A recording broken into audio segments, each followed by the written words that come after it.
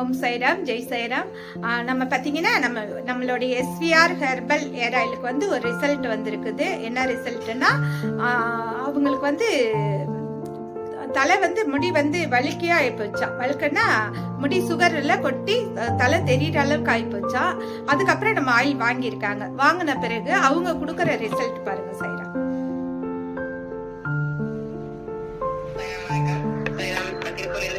SPR hair oil வாங்கி use பண்ணேன்.